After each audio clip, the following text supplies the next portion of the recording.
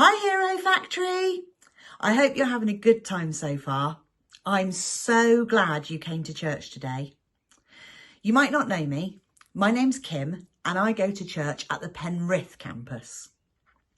Now I'm here today to talk to you about another fruit of the Spirit.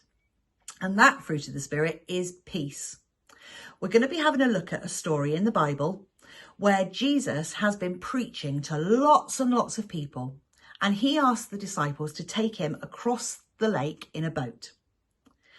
Now, it would have been a small fishing boat, not big boats like we're used to. They didn't have cars, they didn't have aeroplanes, they didn't have big cruise ships back then. They just had little wooden fishing boats. And some of the disciples had been fishermen before they started following Jesus, so they would have known exactly what to do and how to sail that boat across to the other side of the lake.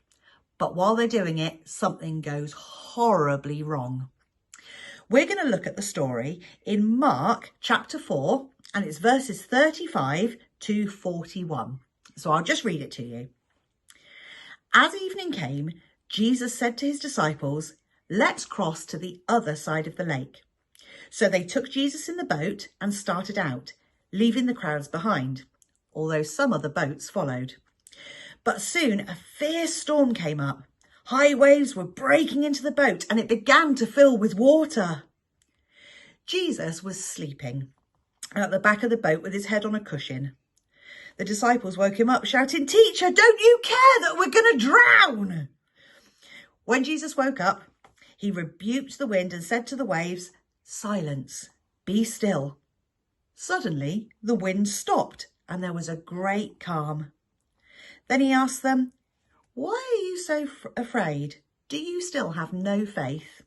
The disciples were absolutely terrified. "Who is this man?" they asked each other. "Even the wind and waves obey him." Now, I'll just explain the word rebuke. That means Jesus told the waves to stop.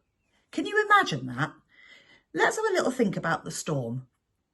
I live on the top of a mountain, and when we have a storm, boy, do we have a storm. The clouds come in and the rain comes and the thunder and the lightning. Can you imagine if you were on a boat, how scary that would be? Because the water doesn't stay still when there's wind. It rolls and it rocks, and this little fishing boat would have been going up and down and up and down, and it would have been really scary. Yet Jesus was asleep. Can you believe that? Jesus was asleep. I struggle to sleep when there's a storm sometimes, but Jesus was on this rocky, rolly boat, fast asleep. So they woke him up and said, "We're going to drown. Help us. What are you going to do?" And Jesus gets up and he just says, "Be still. Stop." And all of a sudden, the lake is as calm as a summer's day. Now, how can we apply that to our lives?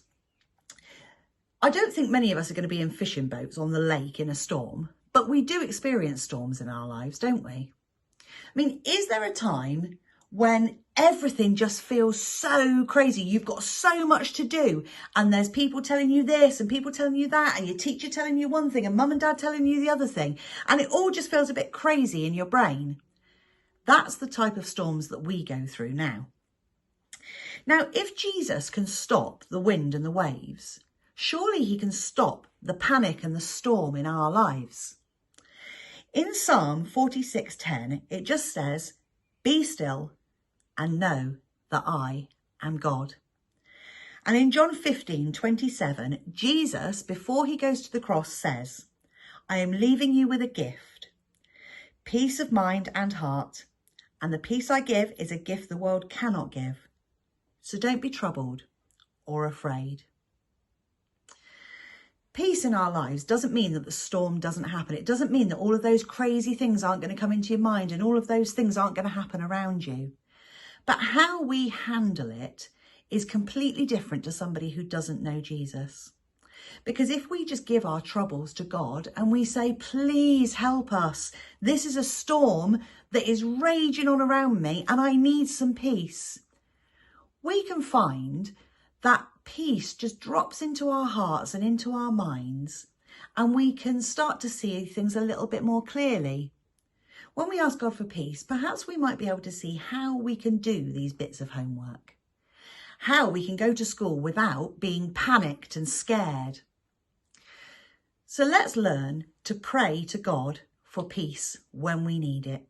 He is always there and he loves us and he wants us to be able to manage things better in our lives. And we can manage things better by just staying still and knowing that he's God. So the next time you're running around all in a panic, try this. Stand still and just say, God, please help me. And talk to him instead of in a panic trying to do everything by yourself. Now, if you've got any questions, you can ask your leader and I am sure they will be more than happy to help you. I hope you have a really good morning for the rest of Hero Factory. Bye.